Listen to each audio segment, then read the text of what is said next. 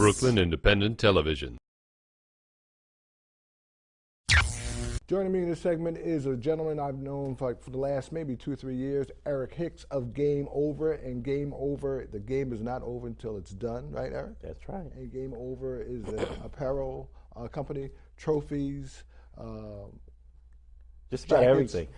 Excuse me. We started out originally as an apparel company almost 17 years ago now. And I came up with the logo with the guy, the ball in one hand, the rim in the other, walking away, game over. Basketball was the sport that I participated in. It was very dear and near to me. And I wanted to come up with a line of clothing that I thought was representative of what the feel and the look was out in the streets at that time and what I was used to dealing with. And why the name Game Over? Well, Game Over was it's interesting because Game Over was the last thing that we used to say when you made that final shot, game over. There was nothing else that needed to be said. Ball in one hand, rim in the other, no more trash talk, anything after that. But Game Over also was a movement because I felt that in our community that we were buying a lot of clothes outside of the community. A lot of our talent was going outside of the community.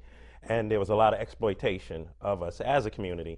So I thought about it. I wanted the game to be over. So it has that sports connotation, but it was a little bit deeper than that as an overall movement. And I wanted to be one of the forebearers, one of the people in the beginning of a movement where we start to create for ourselves, for us, and thus Game Over. Now, also, you have a website? Oh, yeah, GameOverNYC.com and Game Over Sports with a Z. GameOverSports with a Z.com is our social networking site. That's all athletes, up-and-coming athletes, coaches, parents, and they swap and share information on that site. And GameOverNYC.com is just a great site for what's going on in the world of basketball, street basketball, high school, college basketball, really kind of staying in touch with the grassroots. So there's a lot of highlights, a lot of stories about the legends in the streets and some of the incredible things that happen. And we counted this past summer, we have over 600 tapes of high school, but a lot of street basketball, a lot of gritty stuff, a lot of stories that you hear about this kid did this slam dunk, this high-flying act or whatever. Well, we got it right there at GameOverNYC.com, so it's an interesting site.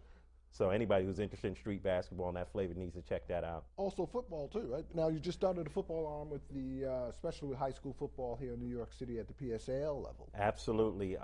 Football, once again, the beauty of the term Game Over is it can be used for any sport. And I always thought about expanding once we kind of carved our niche in the world of basketball to expand into football and some of the other sports. So our football logo is a guy with the football helmet in one hand with the football stuck in it. He has a cracked, busted helmet of an opposing player in the other hand. He's walking away. He also has his foot on the player, on a crushed helmet. Mm-hmm. So any Game Over figure, anything that we take and use as a figure or logo for Game Over, has to say Game Over when you look at it without the words. And then we put the words on it, and it kind of wraps the whole thing up in a nice bundle. Especially when it comes to high school basketball, that's really been your main focus for quite some time. When did you get started also? We started in '94. I had an idea for a company for the logo, drew a little stick figure, had a friend of mine pose for a picture with the ball in one hand, rim in the other again. And as I said, it started out being apparel, but we've branched into so many different things. We've produced several sports-related events, both here and in Europe. We do sports-related television, a lot of TV. We find that TV has been a very, very powerful medium for us to get our word, our brand, because what we find and what I tell other young entrepreneurs in business is all about branding.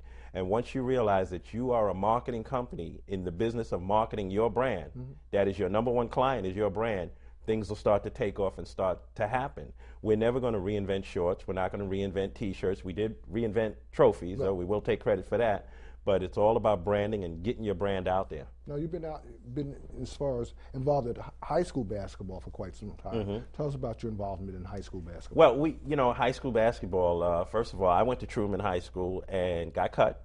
One of those stories, but was wise enough, I would say, to volunteer to become the manager of that high school basketball team at that time and use it as a learning experience, and then went on to play Division I basketball. I was a walk-on. Tell us about that story, though. How you made the team. Well, it's pretty funny because and where did you attend college? St. Bonaventure University. I went there as a regular student. I had a small academic scholarship, and I went there as a regular student and thought that I was going to be able to just go, didn't know any better, thought I was going to be able to try out for the team. And they said, well, at the time, St. Bonaventure had just won the NIT, and they were considered a powerhouse. So there was no walking onto a team. They had the greatest recruiting year in the history of the school. You know, they were bringing in all of these superstars from all over.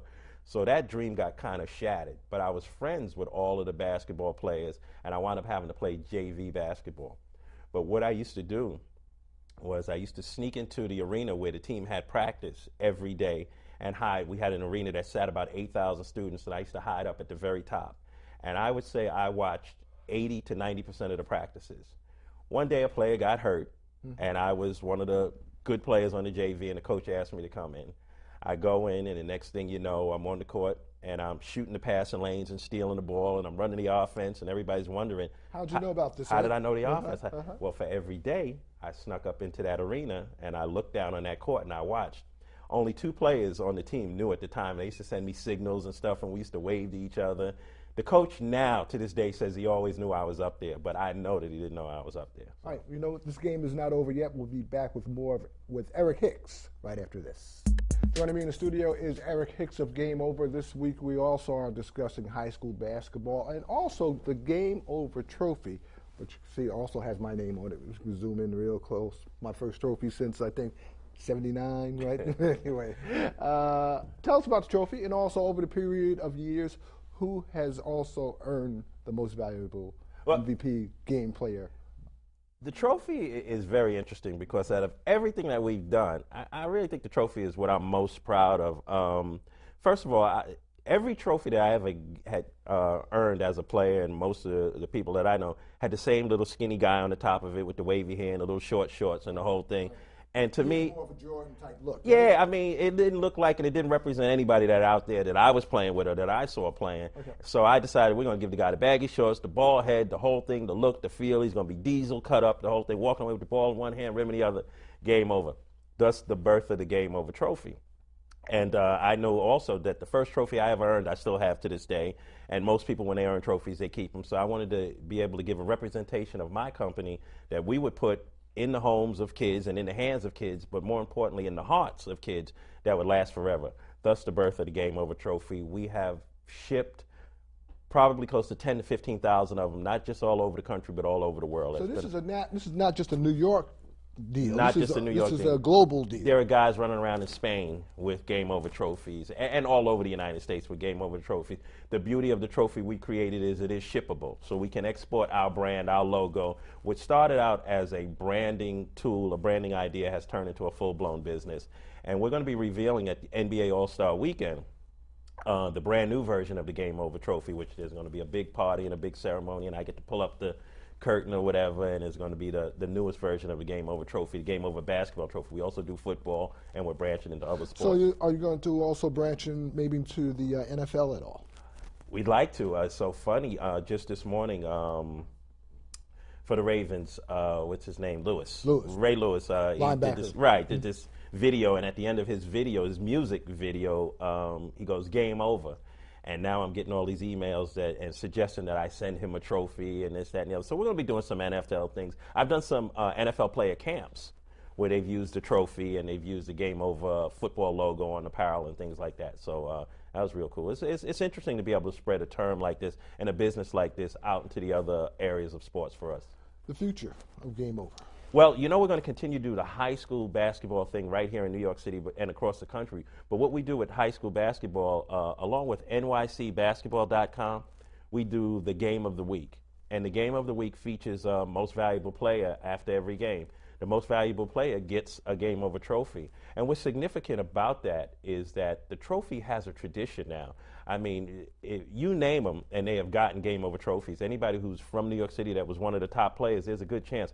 From the Stephon Marburys, the Sebastian Telfairs, even Pearl Washington, you know, has a Game Over trophy. Tim Thomas, Gary Forbes. I'm looking at 2 players on the New Jersey Nets now that are not from New York, but I look at them, I go, I remember them, and I look back in the archive. Okay, so I see the kid Frazier has a Game Over trophy, and one of the guards on the team also, you know, so it just really has kind of proliferated. What's different from this trophy when a kid receives this trophy and receives another? Was there a different feel to it? Yeah, you know what we find, I think image is everything, and I really thought that it was important as a legacy for the company and a legacy for myself. If we never make another dime in the company, it was very important that we left something behind as far as the image was concerned, and we wanted to put an African American on the top of a trophy. And especially in a sport like basketball, it didn't make any sense to me that from the time that I was 9 years old and I got my first trophy, or 7, and it didn't really represent and have that look and have that feel. So, but someone else will say, hey, you know what, that doesn't matter. I'm giving you a trophy. Yeah, well, you know, it does matter. It really does matter. And I think what we find as we move along in life, everything matters.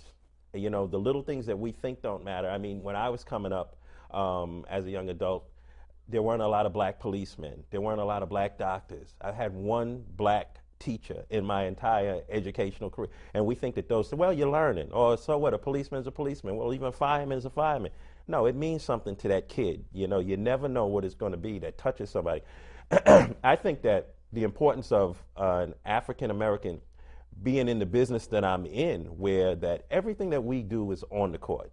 And there's a lot of money and a lot of things that are made off the court and behind the scenes that we don't get to see and we don't really get to experience. We see everything. Not everybody can be on the court, but somebody makes those uniforms, somebody builds those arenas, somebody makes the trophies, somebody does the apparel. And this is what we're here to stand for. So money is great and making money is great, but the person that's really going to make money in our industry or in the trophy business is the kid that watches a program like yours and may see me and says, hey, I got an idea, I want to do this, and they take it to a next level, but it has to start somewhere, and that's important. All right. Last question. Who will win the boys championship this year?